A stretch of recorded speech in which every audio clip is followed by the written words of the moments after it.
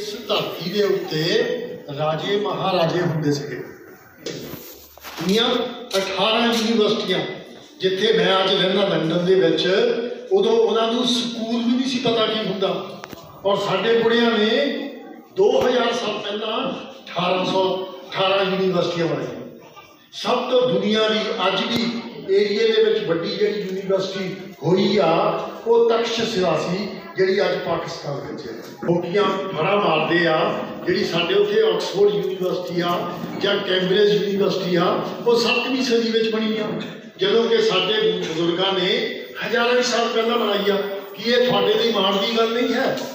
और दूसरी यूनीवर्सिटी नालंदा जिहड़ी अज बिहार विच आ, वो दुनिया की पहली यूनीवर्सिटी आ जिथे के बच्चे बोर्ड 10 किलोमीटर लंबी 2 किलोमीटर चौड़ी 10,000 स्टूडेंट उत्थे पढ़ता सी और 2000 प्रोफैसर सी। वो साडी सी, अपने बजुर्गों की सी, लेकिन सानू पता ही नहीं है। लेकिन उन्होंने बर्बाद क्यों नहीं कराया? ये जे तुसी किसी को पुछोगे उन्हें फट देनी, ये कह देना बख्तियार खिलजी ने बर्बाद की सी। बख्तियार खिलजी ने बर्बाद की, ये गल सही आ, लेकिन बख्तियार खिलजी तो बर्बाद कराई कि नहीं आ? जिहड़ा लुटण आउंदा उन्हें वो थोड़ी देखना भी ये हिंदुओं का मंदिर आ, बौद्धियों का मंदिर आ, सिखां का गुरुद्वारा आ, उन्हें तो जिथों उन्हें माल मिलना उन्हें लुटना। इस तरह मुसलमान जिहड़े आ उन्हें बुद्ध विहारां भी लुटिया। लेकिन जिहड़ी नालंदा यूनीवर्सिटी आ, जिहड़े ब्राह्मण सी, क्योंकि जिहड़े बौद्ध भिक्षु तुसीं देखे होने आ, मैं भी 3 महीने बौद्ध भिक्षु रहा, उन्होंने संतरी रंग होंदा आ, ते ब्राह्मण उन्होंने कहण लगे वो जी यूनीवर्सिटी सी जिथे 10,000 स्टूडेंट पढ़ता सीगा कि एक किला आ, ये किला आ, ये जी आ ये फौज आ। हुण वो टर्की तो आया सीगा, उन्होंने की पता, उन्हें आप देखा ना तब देखा, जी नालंदा यूनीवर्सिटी में जिन्ने भी सीगे उत्थे प्रोफैसर स्टूडेंट सारे का कतलेआम कर दिता। तो ये ब्राह्मण ने कराया, क्योंकि उन्हें कहा इन्हों की फौज आ, इन्हों का किला आ। और फिर दूजी गल कही जाती, उत्थे 6 यूनीवर्सिटियां सीगियां।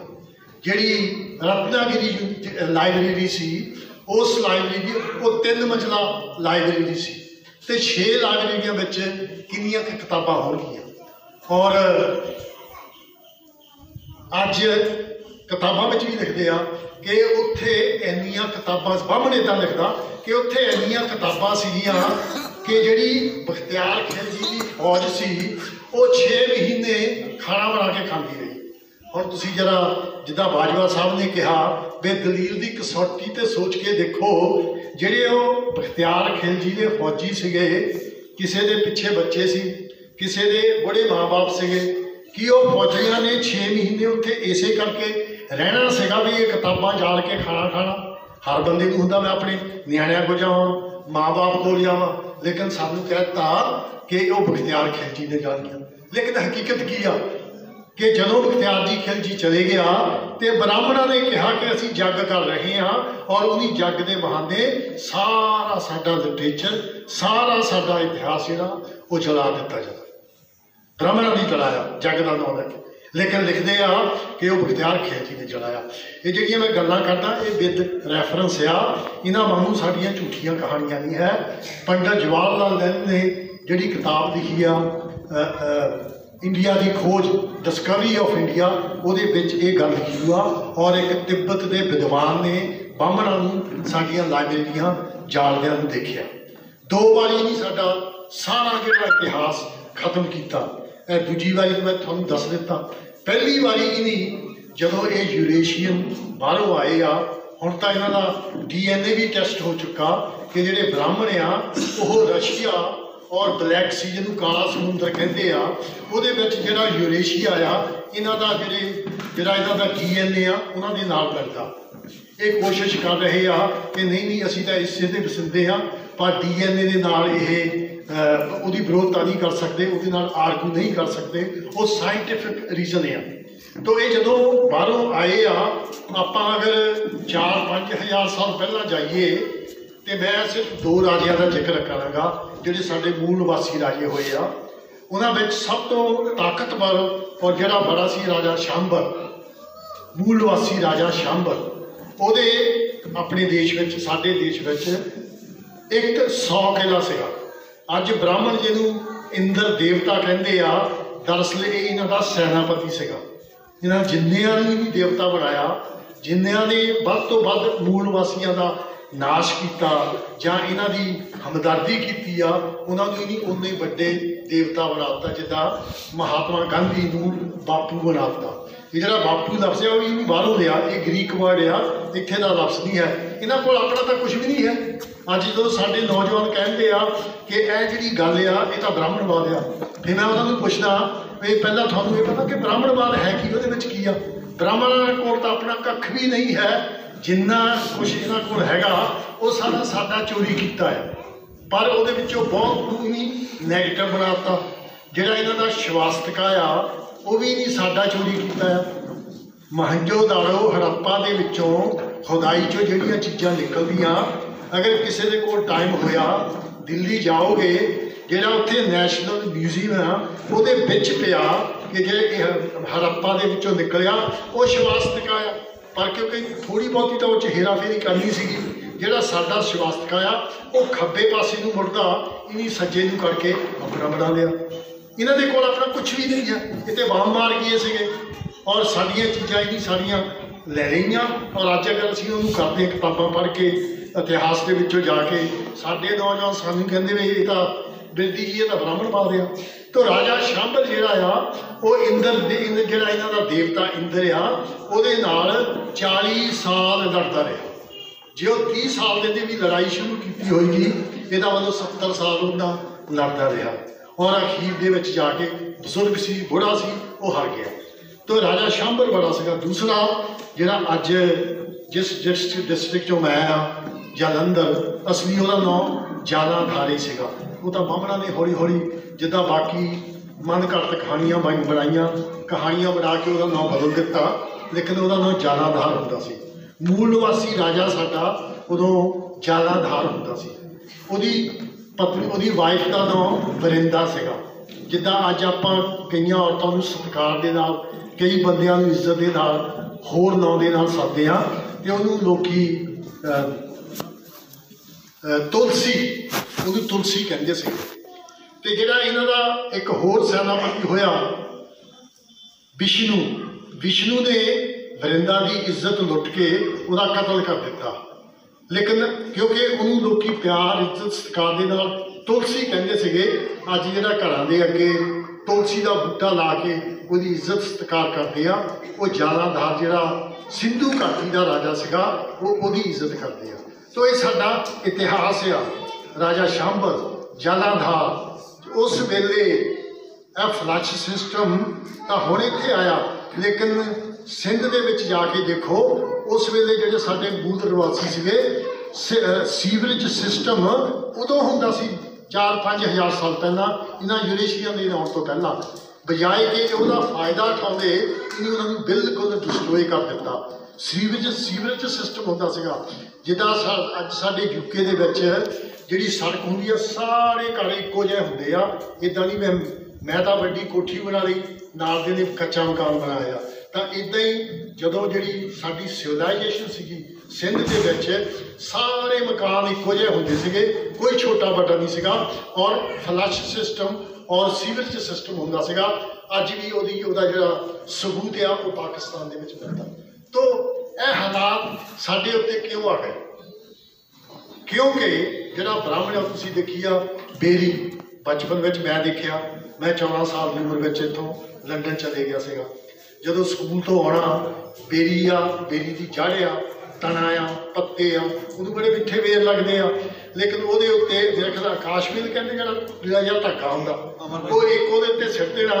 2-3 सालों में जिहड़ी बेरी आ वो जिहदा कोई पत्ता नहीं, जिहदी कोई जड़ नहीं, जिहड़ी कुछ भी नहीं लगता, वो बेरी नूं सुका के रख दिंदा सीगा। तो यही गल साडे नाल होई। जिहड़ा ब्राह्मणवाद आ उहदा कोई जड़ नहीं, कोई तना नहीं, कोई पत्ता नहीं, कोई रूल नहीं, कोई असूल नहीं, वो साडे उत्ते हावी हो गया। इहदे विच कोई बड़ी गल नहीं है। अज अगर तुहानूं शायद पता होएगा कि जिहड़ा स्पेन देश आ अज वो पूरा क्रिश्चियन आ, लेकिन हिस्ट्री कहती आ, मैं 3 बारी उत्थे गया, अज भी उन्होंने बिल्डिंगों का स्ट्रक्चर देखो वो इस्लामिक स्ट्रक्चर आ। तो अगर मुसलमानों उत्ते ईसाइयों ने जित पा लई ਤੇ ਅਗਰ ਸਾਡੇ ਬੋਧੀਆਂ ਉੱਤੇ ਬਾਬਰਾਂ ਨੇ ਪਾ ਲਈ ਉਹਦੇ ਵਿੱਚ ਕਿਹੜੀ ਬੜੀ ਗੱਲ ਆ। ਹਾਰ ਤਾਂ ਜਿੱਤ ਹੁੰਦੀ ਰਹਿੰਦੀ ਆ। ਔਰ ਜਿਹੜਾ ਟਰਕੀ ਦੇਸ਼ ਆ ਜਿੱਥੋਂ ਬਾਬਰ ਆਇਆ ਸੀਗਾ ਉਹ ਕ੍ਰਿਸਚੀਅਨ ਕੰਟਰੀ ਹੁੰਦਾ ਸੀਗਾ, ਲੇਕਿਨ ਅੱਜ ਉਹ 100% ਇਸਲਾਮਿਕ ਕੰਟਰੀ ਆ।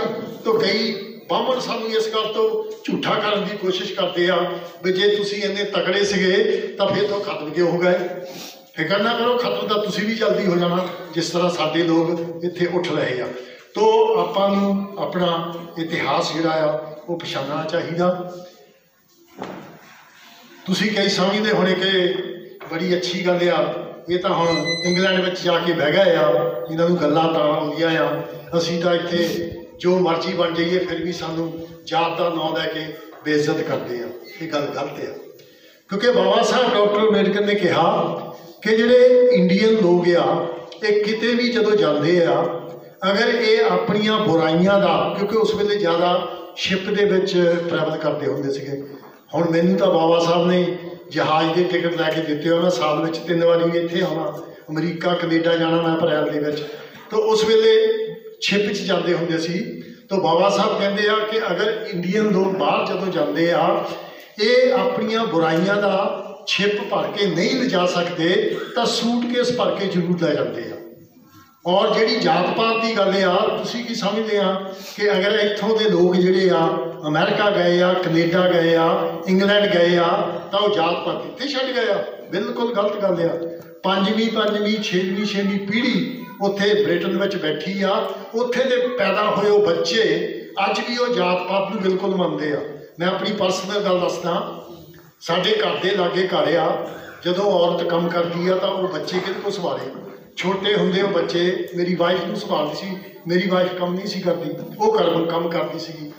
ਜਿਹੜੇ ਉਹ ਬੱਚੇ ਸਾਡੇ ਘਰ ਜੰਮੇ ਪਲੇ ਤਾਂ ਨਹੀਂ, ਸਿਰਫ ਮੇਰੀ ਵਾਈਫ ਉਹਨਾਂ ਦੀ ਦੇਖਭਾਲ ਕਰਦੀ ਸੀ। ਮੇਰੇ ਬੱਚੇ ਵੀ ਸੀਗੇ, ਉਹ ਹੁਣ ਮੇਰੇ ਬੱਚੇ ਵੱਡੇ ਹੋ ਗਏ। ਮੇਰੀ ਬੜੀ ਕੁੜੀ ਜਿਹੜੀ ਆ ਉਹ ਗਾਹਾਂ ਨਾਨੀ ਬਣ ਗਈ ਆ। ਜਿਹੜੀ ਮੇਰੀ ਬੜੀ ਕੁੜੀ ਨਾਨੀ ਬਣੀ ਤਾਂ ਇੱਦਾਂ ਉਹ ਸਾਰੇ ਬੈਠੇ ਸੀਗੇ। ਉਹ ਜਿਸ ਬੱਚਿਆਂ ਦੀ ਲੁੱਕ ਆਫਟਰ ਕਰਦੀ ਸੀ, ਗਾਹਾਂ ਉਹ ਮੁੰਡੇ ਦੀ ਕੁੜੀ ਆ। ਤਾਂ ਮੇਰੀ ਡਾਕਟਰ ਉਹਨੂੰ ਕਹਿਣ ਲੱਗੀ ਬਈ ਮੇਰਾ ਮੁੰਡਾ ਬੈਰਿਸਟਰੀ ਕਰ ਰਿਹਾ, ਤੇਰੀ ਕੁੜੀ ਆ, ਵੀ ਆਪਾਂ ਰਿਸ਼ਤਾ ਕਰ ਲੈਂਦੇ ਆ। ਉਹ ਮੁੰਡਾ ਕਹਿੰਦਾ ਨੋ ਵੇ, ਕਦੇ ਨਹੀਂ ਹੋ ਸਕਦਾ। ਮੇਰੀ ਜਿਹੜੀ ਕੁੜੀ ਆ ਉਹ ਤਾਂ ਜੱਟ ਨਾਲ ਹੀ ਵਿਆਹੀ ਜਾਏਗੀ।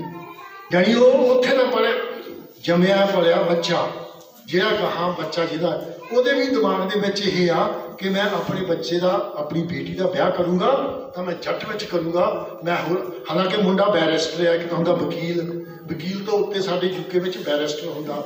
ਜਿਹੜਾ ਵਕੀਲ ਆ ਉਹ ਮੈਜਿਸਟਰੇਟ ਦੇ ਤਾਂ ਜਾ ਸਕਦਾ, ਪਰ ਉਸ ਤੋਂ ਵੱਡਾ ਜਿਹੜਾ ਕੋਰਟ ਹੋਏਗਾ ਉਹ ਬੈਰਿਸਟਰ ਹੀ ਜਾਂਦਾ ਹੈ। ਉਹ ਬੈਰਿਸਟਰ ਮੁੰਡਾ ਬਣਨ ਜਾ ਰਿਹਾ, ਉਹ ਕਹਿੰਦਾ ਮੈਂ ਉਹਨਾਂ ਨਹੀਂ ਕਰੂੰਗਾ। ਜਾਣੀ ਜਾਤ ਪਾਤ ਜਿਹੜੀ ਆ ਉੱਥੇ ਵੀ ਲੈ ਕੇ ਗਏ ਆ। ਮੈਂ 26 ਸਾਲ ਦਾ ਸੀ, ਕੈਨੇਡੀਅਨ ਕੰਪਨੀ ਸੀ, ਉਹਦੇ ਵਿੱਚ ਸੁਪਰਵਾਈਜ਼ਰ ਦੀ ਜੋਬ ਨਿਕਲੀ ਤੇ ਮੈਂ ਵੀ ਐਪਲੀਕੇਸ਼ਨ ਪਾਤੀ ਤੇ ਬਾਬਾ ਸਾਹਿਬ ਦੀ ਮਿਹਰਬਾਨੀ ਤੇ 5 ਐਪਲੀਕੇਸ਼ਨਾਂ ਵਿੱਚੋਂ ਮੈਨੂੰ ਉਹਨੇ ਇਲੈਕਟ ਕਰ ਲਿਆ ਵੀ ਇਹ ਸੁਪਰਵਾਈਜ਼ਰ ਹੋਏਗਾ। ਜਦੋਂ ਉਹਨੇ ਨੋਟਿਸ ਬੋਰਡ ਦੇ ਉੱਤੇ ਲਿਖ ਕੇ ਲਾਇਆ ਕਿ HL Virdi will take over supervisor shipping department from any date, ਤੇ ਜਿਹੜੇ ਇੱਥੇ ਆਪਣੇ ਆਪ ਨੂੰ ਖੱਬੀ ਸੱਖਾਂ ਸਮਝਦੇ ਸੀਗੇ ਉਹ ਇਕੱਠੇ ਹੋ ਕੇ ਪਰਸਨਲ ਮੈਨੇਜਰ ਕੋਲ ਚਲੇ ਗਏ। ਉਹ ਜਾ ਕੇ ਕਹਿਣ ਲੱਗੇ ਕਿ HL ਵਿਰਦੀ ਨੂੰ ਸੁਪਰਵਾਈਜ਼ਰ ਬਣਾਤਾ, ਇਹ ਲੋਕ ਤਾਂ ਸਾਡੇ ਖੇਤਾਂ ਵਿੱਚ ਕੰਮ ਕਰਦੇ ਹੁੰਦੇ ਸੀਗੇ, ਅੱਜ ਅਸੀਂ ਇਹਦੇ ਅੰਡਰ ਕੰਮ ਕਰਾਂਗੇ। ਬੜੀ ਸੋਚਣ ਵਾਲੀ ਗੱਲ ਆ। ਮੈਂ ਤੁਹਾਡੇ ਸਾਹਮਣੇ ਆਪਣੇ ਆਪ ਨੂੰ ਸਮਾਰਟ ਸਮਝਦਾ, ਔਰ ਮੈਂ ਹੈਗਾ ਵੀ, ਮੈਂ ਤਾਂ ਆਪਣੇ ਆਪ ਨੂੰ ਬੜਾ ਸਮਾਰਟ ਸਮਝਦਾ। ਵੀ ਕਿਉਂ ਬਾਈ, ਮੈਨੂੰ ਜਿਹੜਾ ਪਰਸਨਲ ਮੈਨੇਜਰ ਸੀ ਉਹਨੇ ਆਫਿਸ ਵਿੱਚ ਸੱਦਿਆ, ਕਹਿੰਦਾ ਮਿਸਟਰ ਵਿਰਦੀ ਗੜਬੜ ਹੋ ਗਈ। ਮੈਂ ਕਿਹਾ ਕੀ ਹੋਇਆ? ਕਹਿੰਦਾ ਵੀ ਇੱਦਾਂ ਮੇਰੇ ਕੋਲ ਫਲਾਣਾ, ਕਿਉਂਕਿ ਉੱਥੇ 80% ਮਤਲਬ ਜੱਟ ਕੰਮ ਕਰਦੇ ਸੀ। ਮੈਂ ਕਿਹਾ ਵੀ ਇੱਦਾਂ ਕਹਿੰਦਾ ਇੱਦਾਂ ਗੱਲ ਹੋਈ ਆ। ਮੈਂ ਕਿਹਾ ਵੀ ਹੁਣ ਤੁਸੀਂ ਕਿੱਥੇ ਖੜ੍ਹੇ ਆ? ਕਹਿੰਦਾ ਵਾਟ ਯੂ ਮੀਨ, ਤੁਸੀਂ ਕਿੱਥੇ ਖੜ੍ਹੇ ਆ? ਵੀ ਤੁਸੀਂ ਡਰ ਤਾਂ ਨਹੀਂ ਗਏ? ਕਹਿੰਦਾ ਨਹੀਂ, ਅਸੀਂ ਤੈਨੂੰ ਚੁਣਿਆ, ਤੈਨੂੰ ਸੁਪਰਵਾਈਜ਼ਰ ਬਣਾਉਣਾ ਆ। ਉਹ ਕਹਿੰਦਾ ਮੈਂ ਤਾਂ ਤੈਨੂੰ ਪੁੱਛਣਾ ਵੀ ਤੂੰ ਕਿੱਥੇ ਖੜਾ? ਮੈਂ ਕਿਹਾ ਵੀ ਮੈਂ ਤਾਂ ਜਿੱਥੇ ਖੜਾ ਮੈਂ ਤਾਂ ਉੱਥੇ ਖੜਾ। ਅਤੇ ਫਿਰ ਮੈਂ ਉਹਨੂੰ ਬਾਬਾ ਸਾਹਿਬ ਦੀ ਕਿਤਾਬ ਦਿੱਤੀ 10 ਸਪੋਕ ਅੰਬੇਡਕਰ ਪੜ੍ਹਨ ਲਈ। ਉਹਨੂੰ ਫਿਰ ਮੇਰੇ ਕਹਿਣ ਤੋਂ ਮਤਲਬ ਇਹ ਆ ਕਿ ਇੰਨੇ 1000 ਮੀਲ ਦੂਰ ਜਾ ਕੇ ਵੀ ਜਿਹੜਾ ਜਾਤ ਪਾਤ ਦਾ ਕੀੜਾ ਆ ਉਹਨਾਂ ਦੇ ਦਿਮਾਗ ਦੇ ਵਿੱਚੋਂ ਨਹੀਂ ਨਿਕਲਿਆ। ਔਰ ਬਾਬਾ ਸਾਹਿਬ ਡਾਕਟਰ ਅੰਬੇਡਕਰ ਦੀ ਕਿਤਾਬ ਐਨੀਹੀਲੇਸ਼ਨ ਆਫ ਕਾਸਟ ਤੁਸੀਂ ਪੜ੍ਹੋ, ਕਿਉਂਕਿ ਜਿੰਨੇ ਵੀ ਮਹਾਂਪੁਰਸ਼ ਇੱਥੇ ਹੋਏ ਆ, ਮੈਨੂੰ ਇਹ ਗੱਲ ਕਹਿਣ 'ਚ ਕੋਈ ਡਰ ਨਹੀਂ ਹੈ ਕਿ ਅਗਰ ਸਾਡਾ ਸਿਰ ਦੁਖਦਾ ਸੀਗਾ ਤਾਂ ਪੱਟੀ ਉਹਨੀ ਗੋਡੇ ਉੱਤੇ ਕਰ ਦਿੱਤੀ ਜਾਤ ਪਾਤ ਦਾ ਇਲਾਜ ਦੱਸਣ ਲਈ। ਇੱਕ ਬਾਬਾ ਸਾਹਿਬ ਡਾਕਟਰ ਅੰਬੇਡਕਰ ਹੀ ਹੋਏ ਆ ਜਿਨ੍ਹਾਂ ਨੇ ਐਨੀਹੀਲੇਸ਼ਨ ਆਫ ਕਾਸਟ ਜਾਤ ਪਾਤ ਕਾ ਬੀਜਨਾਸ ਉਹਦੇ ਵਿੱਚ ਦੱਸਿਆ ਕਿ ਜਾਤ ਪਾਤ ਜਿਹੜੀ ਆ ਉਹ ਕਿੱਦਾਂ ਖਤਮ ਕੀਤੀ ਜਾ ਸਕਦੀ ਆ। ਉਹਦੇ ਵਿੱਚ ਬਾਬਾ ਸਾਹਿਬ ਨੇ ਇੱਕ ਲਫ਼ਜ਼ ਵਰਤਿਆ, ਕਿਉਂਕਿ ਜਿੱਥੋਂ ਕੋਲੇ ਦੀ ਖਾਨ ਦੇ ਵਿੱਚੋਂ ਕਾਲਕ ਸ਼ੁਰੂ ਹੁੰਦੀ ਆ, ਅਗਰ ਤੁਸੀਂ ਉਹਨੂੰ ਹੀ ਖਤਮ ਕਰ ਦਿਓ ਤਾਂ ਉਹ ਕਾਲਕ ਤਾਂ ਹੀ ਖਤਮ ਹੋਣੀ ਆ। ਤੇ ਬਾਬਾ ਸਾਹਿਬ ਨੇ ਕਿਹਾ ਕਿ ਜਿਨ੍ਹਾਂ ਵੇਦਾਂ ਸ਼ਾਸਤਰਾਂ ਵਿੱਚੋਂ, ਜਿਨ੍ਹਾਂ ਗ੍ਰੰਥਾਂ ਦੇ ਵਿੱਚੋਂ ਜਾਤ ਪਾਤ ਪੈਦਾ ਹੁੰਦੀ ਆ, ਜਿੰਨੀ ਦੇਰ ਉਹਨਾਂ ਨੂੰ ਬੰਬਾਂ ਦੇ ਨਾਲ ਨਹੀਂ ਉਡਾਇਆ ਜਾਂਦਾ ਉਨੀ ਦੇਰ ਜਾਤ ਪਾਤ ਖਤਮ ਨਹੀਂ ਹੋਣੀ ਹੈ। ਔਰ ਜਿਨ੍ਹਾਂ ਦੇ ਵਿੱਚ ਸਪੀਚ ਕਰਨੀ ਸੀਗੀ, ਜਿਸ ਆਰਗੇਨਾਈਜੇਸ਼ਨ ਨੇ ਸਪੀਚ ਕਰਾਉਣੀ ਸੀਗੀ, ਜਦੋਂ ਉਹਨੇ ਇਹ ਲਫ਼ਜ਼ ਸੁਣੇ ਕਿ ਜਿਨ੍ਹਾਂ ਵੇਦਾਂ ਸ਼ਾਸਤਰਾਂ ਵਿੱਚ ਜਾਤ ਪਾਤ ਲਿਖੀ ਹੋਆ ਉਹਨੂੰ ਬੰਬਾਂ ਦੇ ਨਾਲ ਉਡਾਉਣਾ ਪਏਗਾ, ਤੇ ਉਹ ਬਾਬਾ ਸਾਹਿਬ ਨੂੰ ਕਹਿੰਦੇ ਕਿ ਇੱਕ ਲਾਈਨ ਕੱਟ ਦਿਓ, ਬਾਕੀ ਤੁਸੀਂ ਆਪਣੀ ਸਪੀਚ ਕਰੋ। ਤੇ ਬਾਬਾ ਸਾਹਿਬ ਬੜੇ ਅਣਖੀ ਸੀਗੇ। ਉਹ ਕਹਿਣ ਲੱਗੇ ਕਿ ਨਹੀਂ, ਤੁਸੀਂ ਤਾਂ ਇੱਕ ਲਾਈਨ ਕੱਟਣ ਲਈ ਕਹਿੰਦੇ ਆ, ਇਹਦੇ ਵਿੱਚੋਂ ਇੱਕ ਮੈਂ ਫੁੱਲ ਸਟਾਪ ਔਰ ਉਹਦੇ ਵਿੱਚੋਂ ਫੁੱਲ ਸਟਾਪ ਔਰ ਕੌਮਾ ਕੱਟਣ ਨੂੰ ਤਿਆਰ ਨਹੀਂ ਹੈ। ਔਰ ਬਾਬਾ ਸਾਹਿਬ ਨੇ ਜਾਤ ਪਾਤ ਦਾ ਇਲਾਜ ਦੱਸਿਆ, ਪਰ ਮੇਰਾ ਖਿਆਲ ਇੱਥੇ ਦੇ ਲੋਕਾਂ ਨੂੰ ਉਹ ਸਮਝ ਨਹੀਂ ਪੈਂਦਾ, ਕਿਉਂਕਿ ਅੱਜ ਵੀ ਪੰਜਾਬੀ ਦੇ ਗਾਣਿਆਂ ਵਿੱਚ ਜਦੋਂ ਉਹ ਕਹਿੰਦੇ ਸੀ ਮੈਂ ਜੱਟ ਪੰਜਾਬ ਦਾ, ਜੱਟ ਗਰਾਸਾ ਜੱਟ ਦਾ, ਯਾਰੀ ਜੱਟ ਦੀ, ਤਾਂ ਹੁਣ ਇੱਧਰ ਵੀ ਸ਼ੁਰੂ ਹੋ ਗਿਆ ਸ਼ੇਰਾਂ ਵਾਂਗੂ ਬੁੱਕਦੇ ਪੁੱਤ ਚਮਾਰਾਂ ਦੇ। ਇੱਥੋਂ ਤੱਕ ਮੈਂ ਇੱਕ ਗਾਣਾ ਇਹ ਵੀ ਸੁਣਿਆ, ਘਮਾਰਾਂ ਨੇ ਵੀ ਬਣਾਤਾ, ਕੋਈ ਲਫ਼ਜ਼ ਰਲਦਾ ਹੈ ਨਾ ਘਮਾਰਾਂ ਦਾ ਚਮਾਰਾਂ ਦਾ, ਉਹਨੇ ਵੀ ਬਣਾਤਾ ਕਿ ਇਹ ਕੀ ਬੇਹੁਦਾ ਗੱਲ ਆ, ਜਾਤ ਪਾਤ ਨੂੰ ਤਾਂ ਖਤਮ ਕਰਨਾ। ਇੱਦਾਂ ਦੀਆਂ ਜਿਹੜੀਆਂ ਗੱਲਾਂ ਕਰਨੀਆਂ ਉਹਨਾਂ ਉਹ ਕੋਈ ਸ਼ੋਹਰਤ ਨਹੀਂ ਦਿੰਦਾ ਹੈ। ਅਸੀਂ ਵੀ ਬਹੁਤ ਗਲਤ, ਬਾਜਵਾ ਸਾਹਿਬ ਨੇ ਪਹਿਲਾਂ ਕਿਹਾ, ਮੈਂ ਜਦੋਂ ਇੰਗਲੈਂਡ ਗਿਆ ਹਾਂ 1967 ਦੇ ਵਿੱਚ, ਅਤੇ ਮੇਰੇ ਪਿਤਾ ਜੀ ਮੈਨੂੰ ਬਰਮਿੰਘਮ ਲੈ ਕੇ ਜਾ ਰਹੇ ਸੀ, ਜਿਹੜਾ 150 ਮੀਲ ਦੂਰ ਆ। ਜਦੋਂ ਅਸੀਂ ਗਏ ਹਾਂ 1967 ਦੇ ਵਿੱਚ, ਕਿਉਂਕਿ ਸੈਕੰਡ ਵਰਲਡ ਵਾਰ ਦੇ ਵਿੱਚ ਹਿਟਲਰ ਜਿਹੜਾ ਜਰਮਨੀ ਦਾ ਡਿਕਟੇਟਰ ਹੋਇਆ, ਉਹ ਸਾਰੀ ਦੁਨੀਆ 'ਤੇ ਰਾਜ ਕਰਨਾ ਚਾਹੁੰਦਾ ਸੀ, ਅਤੇ ਹਿਟਲਰ ਨੇ ਬੰਬ ਸੱਟ ਕੇ ਲੰਡਨ ਨੂੰ ਇੰਨਾ ਬਰਬਾਦ ਕੀਤਾ ਸੀ। ਅਤੇ 1967 ਵਿੱਚ ਜਦੋਂ ਮੈਂ ਗਿਆ, ਜਿਹੜਾ ਬਿਲਡਿੰਗਾਂ ਦਾ ਮਲਬਾ ਹੁੰਦਾ ਉਹ ਬਹੁਤ ਪਿਆ ਸੀਗਾ। ਅਤੇ ਮੈਂ ਆਪਣੇ ਫਾਦਰ ਸਾਹਿਬ ਨੂੰ ਪੁੱਛਿਆ, ਮੈਂ ਕਿਹਾ ਵੀ ਇਹ ਲੰਡਨ ਇਹਨਾਂ ਦੀ ਕੈਪੀਟਲ ਆ, ਇਹਦੇ ਵਿੱਚ ਇੱਟਾਂ ਦੇ ਢੇਰ ਕਿਉਂ ਪਏ ਆ? ਅਤੇ ਮੈਨੂੰ ਮੇਰੇ ਫਾਦਰ ਨੇ ਦੱਸਿਆ ਵੀ ਜਿਹੜਾ ਹਿਟਲਰ ਆ ਉਹਨੇ ਸੈਕੰਡ ਵਰਲਡ ਵਾਰ ਦੇ ਵਿੱਚ ਲੰਡਨ 'ਚ ਇੰਨੇ ਬੰਬ ਸਿੱਟੇ ਕਿ ਹਾਲੇ ਤੱਕ ਉਹਨੂੰ ਇਕੱਠਾ ਨਹੀਂ ਕਰ ਸਕੇ ਹੈ। ਮੈਂ 56 ਸਾਲ ਰਹਿੰਦੇ ਨੂੰ ਹੋ ਗਏ ਆ, ਅੰਗਰੇਜ਼ਾਂ ਦੇ ਨਾਲ ਬੜੀ ਦੋਸਤੀ ਆ, ਘਰਾਂ ਵਿੱਚ ਜਾਈਦਾ ਆ, ਫੈਕਟਰੀਆਂ ਵਿੱਚ ਜਾਈਦਾ, ਦਫ਼ਤਰਾਂ ਵਿੱਚ ਜਾਈਦਾ। ਮੈਂ ਜਿਹੜੀ ਗੱਲ ਕਹਿ ਰਿਹਾ ਮੈਂ ਮੋੜ ਕੇ ਗੱਲ ਤੁਹਾਡੇ ਉੱਤੇ ਲਿਆਉਣੀ ਆ, ਆਪਣੇ ਉੱਤੇ ਲਿਆਉਣੀ ਆ, ਕਿ ਕਿਸੇ ਵੀ ਅੰਗਰੇਜ਼ ਦੇ ਘਰ ਸਾਰੇ ਯੂਕੇ ਦੇ ਵਿੱਚ ਮੈਂ ਹਿਟਲਰ ਦੀ ਫੋਟੋ ਨਹੀਂ ਦੇਖੀ ਹੈ, ਕਿਉਂਕਿ ਮੈਂ ਤੁਹਾਨੂੰ ਦੱਸ ਚੁੱਕਾ ਕਿ ਉਹਨੇ ਲੰਡਨ ਨੂੰ, ਸਾਰੇ ਯੂਕੇ ਨੂੰ ਬੰਬ ਸੱਟ ਕੇ ਕਿੱਦਾਂ ਬਰਬਾਦ ਕੀਤਾ। ਕੋਈ ਇਨਸਾਨ ਆਪਣੇ ਦੁਸ਼ਮਣ ਦੀ ਫੋਟੋ ਲਾਉਣਾ ਹੁੰਦਾ? ਨਹੀਂ ਲਾਉਂਦਾ। ਲੇਕਿਨ ਦੁਨੀਆ ਦੇ ਵਿੱਚ ਇੱਕ ਉਹ ਲੋਕ ਹੈਗੇ ਆ ਜਿਹੜੇ ਆਪਣੇ ਦੁਸ਼ਮਣਾਂ ਦੀ ਫੋਟੋ ਘਰਾਂ ਵਿੱਚ ਲਾਉਂਦੇ ਆ। ਉਹ ਕੌਣ ਆ? ਬਾਹਰ ਦੀ ਆਪਾਂ ਹੈ। ਸਾਡੇ ਘਰਾਂ ਵਿੱਚ ਰਿਸ਼ੀ ਸ਼ੰਭੂਕ ਦਾ ਕਾਤਲ ਰਾਮਚੰਦਰ, ਕਿੰਨਿਆਂ ਦੇ ਘਰ ਫੋਟੋ ਲੱਗੀ ਹੋਆ? ਝੂਠ ਨਾ ਬੋਲਿਓ, ਲੱਗੀ ਹੋਆ ਬਹੁਤਿਆਂ। ਸਾਡੇ ਇੱਕ ਲੱਭਿਆ ਦਾ ਅੰਗੂਠਾ ਕੱਟਣ ਵਾਲੇ ਕ੍ਰਿਸ਼ਨ ਭਗਵਾਨ ਬੰਸਰੀ ਵਾਲੇ, ਉਹਨਾਂ ਦੀ ਵੀ ਫੋਟੋ ਲੱਗੀ ਹੋਆ। ਮੈਨੂੰ ਸਮਝ ਨਹੀਂ ਆਉਂਦੀ ਹੈ ਕਿ ਸਾਡੀ ਜਿਹੜੀ ਅਣਖ ਦੀ ਨਾੜੀ ਆ ਕਿਉਂ ਮਰ ਗਈ ਆ। ਅਸੀਂ ਆਪਣੇ ਤੋਂ ਪਹਿਲਾਂ ਨਹੀਂ ਸੀ ਠੀਕ ਆ, ਦੱਸਣ ਦੇ ਬਾਵਜੂਦ ਕਿਤਾਬਾਂ ਵਿੱਚ ਲਿਖਦੇ ਆ, ਇਹਦੇ ਬਾਵਜੂਦ ਵੀ ਅਸੀਂ ਫੋਟੋ ਲਾਈ ਹੋਆ। ਇਹ ਕੀ ਗੱਲ ਆ? ਬਿਲਕੁਲ ਅਣਖ ਮਰ ਗਈ ਆ। ਉਹ ਪਿੱਛੇ ਕਿਤਾਬਾਂ ਪਈਆਂ, ਉਹਦੇ ਵਿੱਚੋਂ ਕੁਝ ਮੇਰੀਆਂ ਵੀ ਲਿਖੀਆਂ ਆ, ਉਹ ਪੜ੍ਹੋ, ਆਪਣੇ ਦਿਮਾਗ ਦੇ ਵਿੱਚੋਂ ਜਿਹੜਾ ਜਾਲਾ ਆ ਉਹ ਸਾਫ਼ ਕਰੋ। ਜਿਹੜੇ ਸਾਡੇ ਬਜ਼ੁਰਗ ਮਹਾਨ ਹੋਏ ਆ, ਸਾਡੇ ਬਜ਼ੁਰਗ ਬਹੁਤ ਮਹਾਨ ਹੋਏ ਆ। ਮੈਂ ਕਹਿ ਦਿੱਤਾ ਆਪਣੇ ਹਮੰਜੋਦਾੜੋ ਹੜੱਪਾ ਤੋਂ ਲੈ ਕੇ ਬਾਬਾ ਸਾਹਿਬ ਤੋਂ ਤੱਕ ਤੁਸੀਂ ਦੇਖੋ, ਸਾਡਾ ਇਤਿਹਾਸ ਬਹੁਤ ਸੁਨਹਿਰੀ ਇਤਿਹਾਸ ਆ। ਲੇਕਿਨ ਲਿਖਣ ਵਾਲੇ ਨੇ ਸਾਡੀ ਜਿਹੜੀ ਅੱਛੀ ਗੱਲ ਵੀ ਸੀਗੀ ਉਹਨੂੰ ਬੁਰੀ ਪੇਸ਼ ਕੀਤੀ ਆ। ਅੱਜ ਸਾਡੀਆਂ ਲੜਕੀਆਂ ਇਸਲਾਮਿਕ ਕੰਟਰੀਆਂ ਵਿੱਚ ਜਾ ਕੇ ਮੁਸਲਮਾਨਾਂ ਦੀਆਂ ਰਸੋਈਆਂ ਵਿੱਚ ਕੰਮ ਕਰ ਰਹੀਆਂ। ਮੈਂ ਸੋਸ਼ਲ ਮੀਡੀਆ 'ਤੇ ਦੇਖਦਾ ਲੜਕੀਆਂ ਆਉਂਦੀਆਂ ਆ, ਉੱਥੇ ਭਾਂਡੇ ਸਾਫ਼ ਨਹੀਂ ਕਰਦੀਆਂ, ਉਹਨਾਂ ਦੀ ਕੋਈ ਇੱਜ਼ਤ ਜਿਹੜੀ ਆ ਉਹ ਬਚੀ ਨਹੀਂ ਰਹਿੰਦੀ ਹੈ। अज असी गरीब देशों विचों सब तो थल्ले हाँ, लेकिन जदों असी राज किया, मैं फिर गल मुड़ के उत्थे लिया, चंद्रगुप्त मौर्य के जमाने के विच ग्रीस कंट्री आ साडे लागे, उस टाइम के उत्ते ग्रीस दियां लड़कियां साडे घरां विच इत्थे काम करन आउंदियां सी, इन्ने असीं अमीर हुंदे सीगे। अज साडियां लड़कियां दूजे जा रहीआं। अगर ये हालात बनाए आ तो ये किहने बनाए आ? अज जिहड़ा साडे उत्ते 3% हो के जिहड़ा ब्राह्मण आ, असीं किन्ने आ 85%, लेकिन दंड के रखिया सानूं। पंजाब की हालत लै लो, तुसीं इत्थे रहिंदे आ, मैं तां अखबारां विच देखदा, असीं किन्ने आ 35%, जिहड़े शेड्यूल्ड कास्ट पंजाब दे विच 35% आ, लेकिन अज जिहड़े उत्थे CM आ जां जिन्नियां अच्छियां पोजीशनां आ, उत्ते कौन बैठा जिहड़ा 12% आ। मैं किसी अगर अंग्रेज़ नूं दसूंगा कि जी साडे पंजाब दे विच असीं 35% आ, लेकिन जिहड़े 12% आ वो साडे ते राज कर गए, वो कहेगा इदां किदां हो सकदा, तुसीं 3 गुणा उहनां नालों ज़्यादा उत्थों ते किदां राज कर सकदे, लेकिन हो रहा। यही गल सारी इंडिया के विच आ। सो आपां कदों होश विच आउणा है? मैं यूके विच बैठा, मेरी 5वीं पीढ़ी उत्थे आ, मैं तीजी वारी आया, मैं सवेरे 7 बजे उठ के ब्रश किया, जल्दी नाल आ गया, मैनूं तुसीं पैसे नहीं देने हैं। तो इस करके जिहड़ा असीं इत्थे आके काम करते हैं उहदा फायदा उठाना तुहाडी जिम्मेवारी है। लेकिन मैं एक जरूर गल कहूँगा, मैं निराशावादी नहीं है। जिस तरह मैं यंग लोगों को देखता, मैं तुहानूं ये गारंटी मैं दे के जाना, मैं तो नहीं होना, लेकिन वध तो वध 50 साल के विच विच इस देश के उत्ते साडा राज होएगा। कदे भी थानू प्लेट के विच पा के देने वाला कोई नहीं हुंदा, वो थानू कायम करना पैंदा। तुहाडा राज तां होएगा जे बाबा साहब डॉक्टर अंबेडकर दियां गल्लां ते अमल करोगे, अगर गुरु रविदास दियां गल्लां ते अमल करोगे। मेरी गल्लां दा कईयां ने गुस्सा करना कि उन्हीं पत्थरी तारी, उन्हीं जंजू कड्ढे, उन्हीं जे कीता, ये साइंटिफिक गल्लां नहीं है। गुरु रविदास की एक गल का जवाब मैनूं दिओ। गुरु रविदास ने कहा, मन तू जोत स्वरूप है, अपना मूल पछाण। हुण इहदे विच की कह रहे हैं? मेरे वाले कई पढ़ कहते हैं शायद उन्होंने मूली लिखना सीगा, मूली अरे डॉक्टर बाबा गुरु रविदास जी कह रहे हैं अपना इतिहास पछाणो। 647 साल की तो गल आप कर दिंदे आ, 800 साल पहले असीं की सी किसी ने दसिया जां असीं पुछिया? 2000 साल पहले असीं की सी कदे कीता? जां फिर भी गुरु रविदास तो बाद असीं खुंबा की तरह पैदा हो गए, पहला असीं हुंदे ही नहीं सीगे?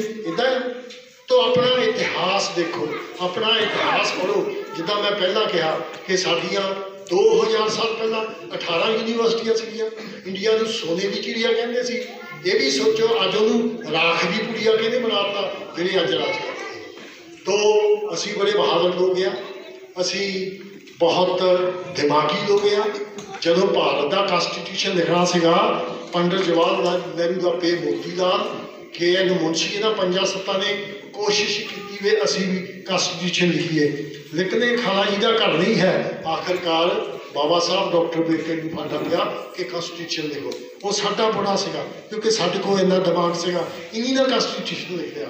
तो अपने आप दिमाग के विचों जिहड़ा घटिया पाने कि असीं चमारिया चमारी रहना, काही दे पुत ने काही खोतना, इदां दी गल्लां नूं अपने दिमाग विच कड्डो और अपने बच्चों के विच माण करन वालियां गल्लां जिहड़ियां पाओ, ताकि वो कहण हाँ जदों मोदी मरिया बाबा साहब ने एक होर गल कही सी कि एक ब्राह्मण औरत जदों प्रैगनेंट हुंदी आ, बच्चा होने वाला हुंदा, तो वह देखती आ कि किहड़े हाई कोर्ट का जज मरे तो मेरा मुंडा जज बनेगा।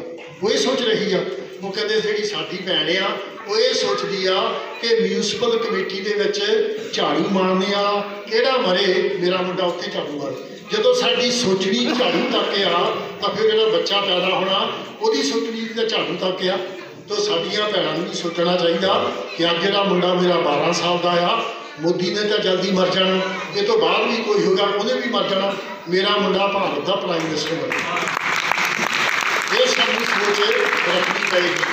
थोड़े सामने एग्जाम्पल है, मैं दस के हटिया, एक पिंड के विचों मैं 1967 में उत्थे गया, 26 साल की उम्र में अगर मैं ਜਿਹੜੇ ਇੱਥੇ ਆਪਣੇ ਆਪ ਨੂੰ ਖੱਬੀ ਖਾਂ ਕਹਿੰਦੇ ਆ ਜੱਟ ਉਹਨਾਂ ਦੇ ਉੱਤੇ ਸੁਪਰਵਾਈਜ਼ਰ ਬਣ ਸਕਦਾ, ਅੰਗਰੇਜ਼ ਜਿਹੜੇ ਸਾਡੇ ਤੇ ਰਾਜ ਕਰਕੇ ਗਏ ਉਹਨਾਂ ਉੱਤੇ ਮੈਂ ਸੁਪਰਵਾਈਜ਼ਰ ਬਣ ਸਕਦਾ, ਤਾਂ ਸਾਡੇ ਬੱਚੇ ਇਸ ਦੇ ਇੱਥੇ ਪ੍ਰਾਈਮ ਮਿਨਿਸਟਰ ਕਿਉਂ ਨਹੀਂ ਬਣ ਸਕਦੇ ਆ? ਸਿਰਫ ਉਹਨਾਂ ਦੇ ਅੰਦਰ ਸਾਨੂੰ ਆਤਮ ਵਿਸ਼ਵਾਸ, ਸੁਪੀਰੀਅਰਪਨ ਜਿਹੜਾ ਤੁਸੀਂ ਵੀ ਬੜੇ ਆ ਉਹ ਪਾਉਣਾ ਪਏਗਾ। ਜਦੋਂ ਤੁਸੀਂ ਦੱਸਣੀ ਹੈ ਉਹਨਾਂ ਨੂੰ ਗਲਤ ਗੱਲਾਂ ਆ, ਉਹ ਭਾਊ ਆ ਗਿਆ ਬੱਚਾ ਸਮਝਾ ਤੂੰ, ਅਵੇ ਭਾਊ ਆ ਗਿਆ, ਭਾਊ ਕੌਣ ਹੁੰਦਾ? ਆਪਣੇ ਬੱਚਿਆਂ ਦੇ ਵਿੱਚ ਬਹਾਦਰੀ ਭਰੋ। ਜਿੱਦਾਂ ਮੈਂ ਕਿਹਾ ਮਾਣ ਦੀਆਂ ਗੱਲਾਂ ਉਹਨਾਂ ਨੂੰ ਦੱਸੋ, ਤਾਂ ਬੜੇ ਹੋ ਕੇ ਉਹ ਆਪਣੀ ਮੈਨੂੰ ਬੜੀ ਮਾਣ ਦੀ ਗੱਲ ਹੈ ਕਿ ਮੇਰੇ ਪਿਤਾ ਜੀ ਅਨਪੜ੍ਹ ਸੀ, ਲੇਕਿਨ ਉਹਨੇ ਮੈਨੂੰ ਕਦੇ ਨਹੀਂ ਇੱਦਾਂ ਦੀ ਗੱਲ ਕੀਤੀ। ਉਹਨੇ ਮੈਨੂੰ ਹਮੇਸ਼ਾ ਦੱਸਿਆ, ਮੈਂ 2 ਸਾਲ ਦਾ ਸੀ, ਮੇਰੇ ਪਿਤਾ ਜੀ ਇੰਗਲੈਂਡ ਚਲੇ ਗਏ, ਜਦੋਂ ਵਾਪਸ ਆਏ ਤਾਂ ਮੈਂ 9 ਸਾਲ ਦਾ ਸੀਗਾ। ਮੈਨੂੰ ਸਕੂਲ ਵਿੱਚ ਕੁੱਟਿਆ ਤਾਂ ਮੈਂ ਆ ਕੇ ਰੋ ਕੇ ਪੇ ਕੋਲ ਹੀ ਦੱਸਣਾ, ਮੇਰਾ ਬੜਾ ਭਰਾ ਕੋਈ ਨਹੀਂ ਸੀ, ਮੈਂ ਹੀ ਬੜਾ। ਮੈਂ ਦੱਸਿਆ ਮੈਂ ਭਾਈਆ ਮੈਨੂੰ ਫਲਾਣੇ ਨੇ ਮਾਰਿਆ, ਮੇਰੇ ਫਾਦਰ ਨੇ ਕਮੀਜ਼ ਤੋਂ ਫੜ ਕੇ 2 ਥੱਪੜ ਮੇਰੇ ਹੋਰ ਮਾਰੇ। ਅੱਜ ਤੋਂ ਬਾਅਦ ਅਗਰ ਮੈਨੂੰ ਕੋਈ ਆ ਕੇ ਦੱਸਿਆ ਨਾ ਮੈਨੂੰ ਕਿਸੇ ਨੇ ਕੁੱਟਿਆ ਜਿੱਦਾਂ ਹੁਣ ਮੈਂ ਤੈਨੂੰ ਕੁੱਟਿਆ, ਇੱਦਾਂ ਵੀ ਜ਼ਿਆਦਾ ਕੁੱਟੂਗਾ। ਹਾਂ, ਜੇ ਤੈਨੂੰ ਕਿਸੇ ਨੇ ਕੁੱਟਿਆ ਤੂੰ ਉਹਦੇ 4 ਵਾਧੂ ਮਾਰ ਕੇ ਆਇਆ, ਫਿਰ ਮੈਂ ਤੈਨੂੰ ਸ਼ਾਬਾਸ਼ ਦਊਂਗਾ। ਆਪਣੇ ਬੱਚਿਆਂ ਦੇ ਅੰਦਰ ਇੱਦਾਂ ਦੀ ਜਿਹੜੀ ਗੱਲਾਂ ਭਰੋ ਕਿ ਕਿਸੇ ਕੋਲ ਮਾਰ ਨਹੀਂ ਖਾਣੀ ਆ। ਅਸੀਂ ਮਾਰਨਾ ਵੀ ਨਹੀਂ ਕਿਸੇ ਨੂੰ ਜਾ ਕੇ, ਲੇਕਿਨ ਆਪਣੇ ਆਪ ਨੂੰ ਡਿਫੈਂਡ ਕਰਨਾ ਆ। ਸੋ ਇੱਦਾਂ ਦੀਆਂ ਗੱਲਾਂ ਹੈਗੀਆਂ। ਮੈਂ ਥੋੜ੍ਹਾ ਤੁਹਾਨੂੰ ਦੱਸਣਾ ਚਾਹੁੰਦਾ ਕਿ ਇੱਥੇ ਤੁਸੀਂ ਬਾਬਾ ਸਾਹਿਬ ਨੂੰ ਜਾਣਦੇ ਜਾਂ ਨਹੀਂ, ਜਾਣਨਾ ਚਾਹੁੰਦੇ ਜਾਂ ਨਹੀਂ, ਉਹ ਤੁਹਾਡੀ ਮਰਜ਼ੀ ਆ। ਕੋਈ ਫੋਰਸ ਦੇ ਨਾਲ ਤੁਹਾਡੇ ਕੋਲੋਂ ਨਹੀਂ ਕਰਾ ਸਕਦਾ। ਲੇਕਿਨ ਮੈਂ ਥੋੜ੍ਹਾ ਜਿਹਾ ਤੁਹਾਨੂੰ ਬਾਹਰ ਲੈ ਕੇ ਜਾਣਾ ਚਾਹੁੰਦਾ ਕਿ ਬਾਹਰ ਦੇ ਦੇਸ਼ਾਂ ਵਿੱਚ ਬਾਬਾ ਸਾਹਿਬ ਡਾਕਟਰ ਅੰਬੇਡਕਰ ਜਿਹਨੂੰ ਅਸੀਂ ਜਾਣਨਾ ਨਹੀਂ ਚਾਹੁੰਦੇ, ਉਹ ਸਾਡਾ ਬੁੜਾ, ਸਾਡਾ ਬਜ਼ੁਰਗ, ਅਸੀਂ ਜਾਣਨਾ ਨਹੀਂ ਚਾਹੁੰਦੇ। ਅੰਗਰੇਜ਼ ਦੂਜੀ ਦੁਨੀਆ ਉਹਦੇ ਬਾਰੇ ਕੀ ਸੋਚਦੀ, ਮੈਂ ਉਹਦੇ ਬਾਰੇ ਤੁਹਾਨੂੰ ਥੋੜ੍ਹੇ ਸਮੇਂ ਵਿੱਚ ਦੱਸਦਾ। ਕਿਉਂਕਿ ਜਿਹੜਾ ਇੰਡੀਆ ਹਾਊਸ, ਜਿਹਨੂੰ ਅਸੀਂ ਇੰਡੀਅਨ ਹਾਈ ਕਮਿਸ਼ਨ ਕਹਿੰਦੇ ਹਾਂ ਪੰਜਾਬੀ ਦੇ ਵਿੱਚ ਰਾਜਦੂਤ, ਦੁਨੀਆ ਵਿੱਚ ਸਭ ਤੋਂ ਵੱਡਾ ਜਿਹੜਾ ਹਾਈ ਕਮਿਸ਼ਨ ਆ ਉਹ ਸਾਡੇ ਲੰਡਨ ਆ। ਅਤੇ ਕਿਉਂਕਿ ਬਾਬਾ ਸਾਹਿਬ ਨੇ ਸਾਡੇ ਅੰਦਰ ਗੱਲ ਕਰਨ ਦਾ ਮਾਦਾ ਭਰ ਦਿੱਤਾ। ਜਿੱਦਾਂ ਮੈਂ 26 ਸਾਲ ਦੀ ਉਮਰ 'ਚ ਸੁਪਰਵਾਈਜ਼ਰ ਬਣਿਆ, ਅਤੇ ਅਸੀਂ ਜਿਹੜਾ ਉੱਥੇ ਦਾ ਹਾਈ ਕਮਿਸ਼ਨ ਆ, ਅਸੀਂ ਉਹਨੂੰ ਕਹਾਂਗੇ ਨਹਿਰੂ ਦੀ ਫੋਟੋ ਲੱਗੀ ਹੋਆ, ਗਾਂਧੀ ਦੀ ਲੱਗੀ ਹੋਆ, ਜਿਹਨੇ ਇੰਡੀਆ ਦਾ ਵਿਧਾਨ ਲਿਖਿਆ, ਕਾਨੂੰਨ ਲਿਖਿਆ, ਤਕਦੀਰ ਲਿਖੀ ਆ, ਉਹਦੀ ਫੋਟੋ ਕਿਉਂ ਨਹੀਂ ਹੈ? 1970 ਦੇ ਵਿੱਚ ਬਾਬਾ ਸਾਹਿਬ ਦਾ ਪੋਰਟਰੇਟ ਅਸੀਂ ਉੱਥੇ ਲਾਇਆ, ਔਰ 14 ਅਪ੍ਰੈਲ ਵਾਲੇ ਦਿਨ ਲਾਇਆ। 14 ਅਪ੍ਰੈਲ ਵਾਲੇ ਦਿਨ ਉਹਦਾ ਉਦਘਾਟਨ ਕੀਤਾ। ਔਰ ਹੁਣ 1970 ਤੋਂ ਲੈ ਕੇ ਲੰਡਨ ਦੇ ਵਿੱਚ, ਸੈਂਟਰਲ ਲੰਡਨ ਦੇ ਵਿੱਚ 14 ਤਰੀਕ ਨੂੰ ਜਿਹੜਾ ਮਰਜ਼ੀ ਦਿਨ ਹੋਵੇ, ਜਿਹੜਾ ਮਰਜ਼ੀ ਮੌਸਮ ਹੋਵੇ, 14 ਤਰੀਕ ਵਾਲੇ ਦਿਨ ਬਾਬਾ ਸਾਹਿਬ ਦਾ ਜਨਮ ਦਿਨ ਇੰਡੀਆ ਹਾਊਸ ਵਿੱਚ ਮਨਾਇਆ ਜਾਂਦਾ। ਮੈਂ ਦਿਨ ਇਸ ਕਰਕੇ ਕਿਹਾ ਕਿ ਉਹ ਇੱਥੇ ਦੀ ਤਰ੍ਹਾਂ ਨਹੀਂ ਕਿ ਜੇ ਮੈਂ ਆਫਿਸ ਵਿੱਚ ਕੰਮ ਕਰਦਾ ਤਾਂ ਚਿੱਠੀ ਲਿਖ ਦੇਣੀ ਵੀ ਮੈਂ ਅੱਜ ਬਿਮਾਰ ਹਾਂ। ਉੱਥੇ ਕੰਮ 'ਤੇ ਜਾਣਾ ਹੀ ਪੈਣਾ ਹੈ, ਉੱਥੋਂ ਤੁਸੀਂ ਛੁੱਟੀ ਨਹੀਂ ਲੈ ਸਕਦੇ। ਲੇਕਿਨ 14 ਅਪ੍ਰੈਲ ਵਾਲੇ ਦਿਨ ਲੋਕ ਛੁੱਟੀ ਲੈ ਕੇ ਉੱਥੇ ਜਾਂਦੇ ਆ।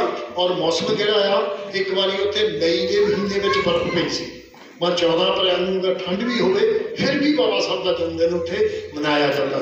ਜਦੋਂ 100 ਸਾਲ ਦਾ ਸੀਗਾ 1991 ਵਿੱਚ, ਕਿਉਂਕਿ ਸਾਨੂੰ ਵੀ ਟੈਕਨੀਕ ਆ ਗਈ ਆ, ਇਹ ਲੋਕ ਤਾਂ ਬਾਬਾ ਸਾਹਿਬ ਨੂੰ ਦੇਖਣਾ ਨਹੀਂ ਚਾਹੁੰਦੇ ਹੈ, ਅਤੇ ਅਸੀਂ ਇੰਡੀਆ ਹਾਊਸ ਨੂੰ ਕਿਹਾ ਕਿ ਬਾਬਾ ਸਾਹਿਬ ਦਾ 100 ਸਾਲ ਦਾ ਜਨਮ ਦਿਨ ਆ, ਅਸੀਂ ਕੁਛ ਪ੍ਰੈਜ਼ੈਂਟ ਦੇਣਾ ਚਾਹੁੰਦੇ ਹਾਂ। ਜੇ ਅਸੀਂ ਉਹਨਾਂ ਨੂੰ ਸਿੱਧਾ ਕਹਿ ਦਿੰਦੇ ਕਿ ਬਾਬਾ ਸਾਹਿਬ ਨੂੰ ਅਸੀਂ ਅੰਦਰ ਘਸੋੜਨਾ ਤੁਹਾਡੇ, ਉਹਨੇ ਸਾਫ਼ ਇਨਕਾਰ ਕਰ ਦੇਣਾ ਸੀਗਾ। ਤੁਸੀਂ ਕਿਸੇ ਨੂੰ ਪ੍ਰੈਜ਼ੈਂਟ ਦੇਣਾ, ਉਹ ਥੋੜ੍ਹੀ ਕਹਿ ਸਕਦਾ ਵੀ ਨਹੀਂ ਮੈਂ ਨਹੀਂ ਪ੍ਰੈਜ਼ੈਂਟ ਲੈਣਾ। ਉਹ ਕਹਿੰਦੇ ਜੀ ਠੀਕ ਆ।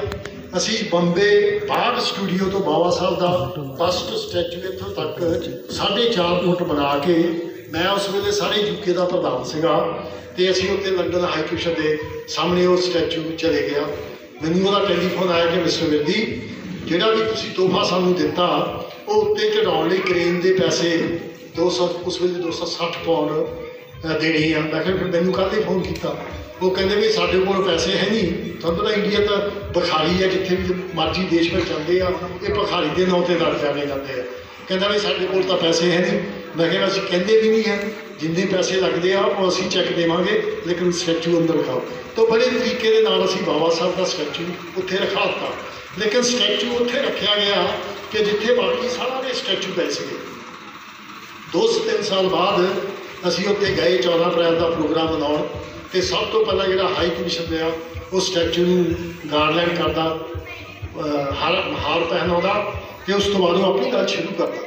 ਅਤੇ ਜਦੋਂ ਉਹਨੇ ਗੱਲ ਸ਼ੁਰੂ ਕੀਤੀ ਉਹ ਕਹਿੰਦਾ ਬਈ ਤੁਸੀਂ ਹੈਰਾਨ ਹੋਵੋਗੇ ਕਿ ਇੱਥੇ ਤਾਂ ਕਈ ਸਟੈਚੂ ਪਏ ਸੀ, ਪਰ ਹੁਣ सिर्फ बाबा साहब डॉक्टर अम्बेडकर का ही है, वो पिया भी बिल्कुल इदा ही है। तो असी हालांकि असी उन्होंने कोई लैटर नहीं दिता, कदे स्पीच में नहीं कहा। वो कहते भी अज तो असी ये जोड़ा हॉल सीगा असी बाकी स्टैचू तो ही हटाते, अज तो असी इसका नाम डॉक्टर अम्बेडकर हॉल रखते। यानी जिथे सारे जो कोई इंडिया का मिनिस्टर जाता, मान लो इंडिया का डिफेंस मिनिस्टर गया और उत्थे सारिया इन्ना बड़ा नहीं है वो हॉल, उन्हीं हर सोसाइटी में कहना भी थोड़े दो नुमाइंदे आओ। हुण मैं ये कहता हूँ कि जदों वो लोग जो पूना पैक्ट की गल चल रही सी, वो लोग जो बाबा साहब ने अपने घर वापसी बुद्ध धाम में करनी सी, ਜਿਹੜੇ बाबा साहब ਨੂੰ खून ਦੇ ਨਾਲ खत लिखते होंगे सी, अज जो उन्होंने लैटर जाता होएगा कि भारत का डिफेंस मिनिस्टर आ रहा, उत्थे डिफेंस मिनिस्टर नाल मीटिंग आ, उत्थे आओ और आके बैठो, थले की लिखा होना वेन्यू अंबेडकर हॉल। यानी वो लोग जिन्हों के माँ बाप खून के नाल चिट्ठियां लिखते सके, जो लैटर पढ़ते होंगे अंबेडकर हॉल, उन्होंने सीने के बच्चे अगर गोली नहीं लगती तो पिस्तौल चाकू जरूर लगता होएगा कि मैं अंबेडकर हॉल में जाके बैठा लंडन के बच्चे, और बिना लैटर लिखे तो बिना मांग किए तो, क्योंकि उन्हें देखा साडा प्रैशर देख के उन्हें ऑटोमैटिकली वो नाम अंबेडकर हॉल रख दिता। ये कोई छोटी मोटी अचीवमेंट नहीं है। लंडन स्कूल ऑफ इकनॉमिक बहुत बड़ी यूनिवर्सिटी सेंट्रल लंडन में है, जिथे बाबा साहब ने 1920-21 के पढ़ाई की सी। उत्थे बाबा साहब के 100 साल जन्म के उत्ते उत्थे स्टैचू रखा गया, पोर्ट्रेट पहले ही लगी सी। तो वो जोड़ा statue uh London school of economic के अज भी सिर्फ 2 स्टैचू आ। एक उस औरत का जिन्हें उत्थे लाइब्रेरी बना के दी सी, और दूजा स्टैचू सिर्फ और सिर्फ बाबा साहब डॉक्टर अम्बेडकर का ही है उत्थे लंडन स्कूल ऑफ इकनॉमिक के। और उस तो बाद ग्रेज इंडिया उत्थे हुण लेटली पहला बाबा साहब की पोर्ट्रेट लाई सी, हुण उन्हें एक कमरा बना के लैक्चर हॉल बाबा साहब के नाम से डोनेट किया। कोलंबिया यूनिवर्सिटी तुसीं सुनिया होना, उत्थे मैं बाबा साहब डॉक्टर अम्बेडकर का स्टैचू असी 1995 ला के आए थे। और जापान के बाबा साहब का स्टैचू लगा, श्रीलंका के लगा। मैं तो कह रहा कि बाबा साहब के स्टैचू दुनिया में लग रहे हैं, जिन्होंने जबरदस्ती इत्थे नहीं बापू बनाया। एक अफ्रीका के कंट्री आ घाना, सुनिया किसी ने पढ़े लिखे मुड़िया सुनो, घाना सी उत्थे, क्योंकि गांधी के स्टैचू डोनेट करते दुनिया में वे लाओ, वो भी ला देंगे, उन्होंने बेचारे की पता। घाना यूनिवर्सिटी में गांधी का स्टैचू लगा, लेकिन जो उत्थे के स्टूडेंटा ने मेरे वर्गे दी गल्लां सुनिया, किताबां पढ़िया, अज तो 3 साल पहला रस्सियां दे नाल पा के गांधी का स्टैचू खिंच के यूनिवर्सिटी तो बाहर सके। बाबा साहब के स्टैचू लग रहे हैं, लेकिन जेडे पैसे के जोर के उत्ते लाई जाते हैं वो चक्के बाहर सिटे जा रहे हैं। USA के एक यूनिवर्सिटी आ शायद अटावा, उत्थे के जो नीग्रो स्टूडेंट रखे पे गांधी ਜਿਹੜੇ हबशी लोग आ उन्होंने बहुत खिलाफ सीगा। जो उन्होंने स्टूडेंटा को पता लगा कि गांधी हबशिया के बहुत खिलाफ से, उत्थे के स्टूडेंट कह रहे हैं, उत्थे भी लगा कि ये गांधी का स्टैचू इत्थे हटाओ, नहीं तो घाना की तरह असीं इहनूं भी इत्थों हटावांगे।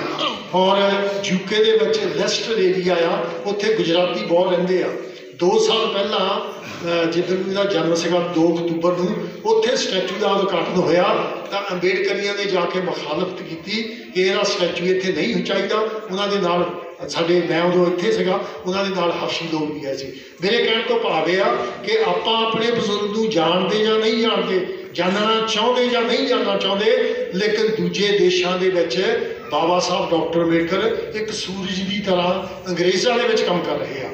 एक कनेडा के कोई थोड़ा वैंकूवर तो आएगा तो उन्होंने पूछ लियो, उत्थे यूनिवर्सिटी आ साइमन फ्रेजर यूनिवर्सिटी, बाबा साहब उत्थे कदे गए नहीं है, हो सकता सुनिया होवे। लेकिन जो असी 1995 बाबा साहब का स्टैचू कोलंबिया यूनिवर्सिटी में गए हाँ, तो बाबा साहब के जोड़े 17 वॉल्यूम आ वो असी मंगाए सी। उत्थे जोड़े प्रोफैसर से उन्होंने एक एक असी भेंट किया। उन्होंने विचों एक प्रोफैसर वैंकूवर तो जी यूनिवर्सिटी साइमन फ्रेजर से वो आया सी, असी उन्होंने दिते। वो पढ़न तो बाद इन्ना प्रभावित होया कि उन्हें उत्थे के प्रिंसीपल को जाके कहा कि डॉक्टर अम्बेडकर भारत की वो महान हस्ती सी ਜਿਹੜਾ ਸਟੈਚੂ ਕੋਲੰਬੀਆ ਯੂਨੀਵਰਸਿਟੀ ਲੱਗਾ, ਤੁਸੀਂ ਵੀ ਇੱਥੋਂ ਲਾਓ। ਤੇ ਅੱਜ ਦੀ ਤਰੀਕ ਦੇ ਵਿੱਚ ਅਸੀਂ ਭੇਜਿਆ ਸੀਗਾ Simon Fraser university Vancouver Canada ਦੇ ਵਿੱਚ ਬਾਬਾ ਸਾਹਿਬ ਦਾ ਸਟੈਚੂ ਲੱਗਾ ਹੈ। ਸੋ ਤੁਹਾਡੇ ਬਜ਼ੁਰਗ ਦੇ, ਸਾਡੇ ਬਜ਼ੁਰਗ ਦੇ ਦੁਨੀਆ ਸਟੈਚੂ ਲਗਾ ਰਹੀ ਆ। ਸਪੇਨ ਦਾ ਇੱਕ ਰਾਈਟਰ ਹੋਇਆ, 500 ਸਫ਼ੇ ਦਾ ਅੰਦਾਜ਼ਾ ਤੁਸੀਂ ਲਗਾ ਲਓ। ਬਾਬਾ ਸਾਹਿਬ ਦੇ ਉੱਤੇ ਉਹਨੇ ਸਪੈਨਿਸ਼ ਭਾਸ਼ਾ ਦੇ ਵਿੱਚ 500 ਸਫ਼ੇ ਦੀ ਕਿਤਾਬ ਲਿਖੀ ਆ, ਔਰ ਸਪੇਨ ਦੀ ਹਰ ਲਾਇਬ੍ਰੇਰੀ ਦੇ ਵਿੱਚ ਪਈ ਆ। ਅਗਰ ਮੈਂ ਇੱਦਾਂ ਬਾਬਾ ਸਾਹਿਬ ਦੀ ਤਾਰੀਫ ਕਰਨ ਲੱਗੂਗਾ ਤਾਂ ਬਹੁਤ ਟਾਈਮ ਲੱਗ ਜਾਣਾ, ਲੇਕਿਨ ਬਾਬਾ ਸਾਹਿਬ ਉਹ ਹਸਤੀ ਆ, ਆਪਣੇ ਨਿਆਣੇ ਉਹਨਾਂ ਨੂੰ ਪਛਾਣਨ ਚਾਹੇ ਨਾ ਪਛਾਣਨ, ਕਰਨ ਚਾਹੇ ਨਾ ਕਰਨ, ਲੇਕਿਨ ਜਿਹੜੀ ਬਾਕੀ ਦੁਨੀਆ ਆ ਉਹ ਬਾਬਾ ਸਾਹਿਬ ਨੂੰ ਦੇਖ ਰਹੀ ਆ ਔਰ ਇਹਦੇ ਤੋਂ ਸਿੱਖਿਆ ਲੈ ਰਹੀ ਆ। ਤੋ ਮੈਂ ਜੋ ਕੁਛ ਵੀ ਬਣਿਆ ਮੈਂ ਤੇ ਬਾਬਾ ਸਾਹਿਬ ਕਰਕੇ ਬਣਿਆ, ਔਰ ਬਾਬਾ ਸਾਹਿਬ ਦੇ ਮਿਸ਼ਨ ਤੇ ਆਖਰੀ ਦਮ ਤੱਕ ਮੈਂ ਕੰਮ ਕਰਦਾ ਰਹੂੰਗਾ। ਮੈਂ ਲੰਡਨ ਚਲੇ ਗਿਆ ਸੀ, ਅਗਰ ਦੇਖਿਆ ਜਾਵੇ ਮੈਨੂੰ ਬਾਬਾ ਸਾਹਿਬ ਦੇ ਮਿਸ਼ਨ ਦੀ ਕੋਈ ਜ਼ਰੂਰਤ ਨਹੀਂ ਹੈ, ਨਾ ਤਾਂ ਉੱਥੇ ਮੈਨੂੰ ਰਿਜ਼ਰਵ ਵਿੱਚ ਮਿਲਣੀ ਆ, ਨਾ ਵਜ਼ੀਫੇ ਮਿਲਣੇ ਆ, ਕਿਉਂਕਿ ਅਗਰ ਬਾਬਾ ਸਾਹਿਬ ਨਾ ਹੁੰਦੇ ਤਾਂ ਮੈਂ ਕਦੇ ਲੰਡਨ ਨਾ ਜਾਂਦਾ। ਮੈਂ ਜੋ ਉੱਥੇ ਗਿਆ ਉਹ ਬਾਬਾ ਸਾਹਿਬ ਦੀ ਮਿਹਰਬਾਨੀ ਦੇ ਨਾਲ ਗਿਆ। ਬਾਬਾ ਸਾਹਿਬ ਨੂੰ ਚਾਹੇ बैल गाड़ी उत्ते नहीं बैठन दिता गया, लेकिन मैं दुनिया में इन्ना सफ़र करता, मेरा ख्याल कि बहुत घट इंडिया ने किया होगा। वो भी मैं बिजनेसमैन नहीं हाँ बाबा साहब के मिशन के। हुण मैं वैंकूवर कनेडा जा रहा बाबा साहब के जन्मदिन के उत्ते, बाद के स्पेन वाले मैनू सद रहे आ। इस तरह मैं बाबा साहब को बैलगाड़ी से बैठन नहीं दिता, लेकिन बाबा साहब ने मैनू अणगिणत एरोप्लेन के टिकट देते आ कि सारी दुनिया काम कौम ये बाबा साहब की मेहरबानी आ। अगर बाबा साहब ना होंगे तो मैनू मिलना मुश्किल हो जाना सी। मैं अक्सर बेनती करूँगा कि जिन्हें भी साथी बैठे आ उतों एक अद्धी किताब जरूर लैके जाओ, क्योंकि जो गल थानू पढ़ के किताब चो समझ आनी आ वो भाषण के राही नहीं आनी है। जे भाषण किसी ने 1 घंटा किया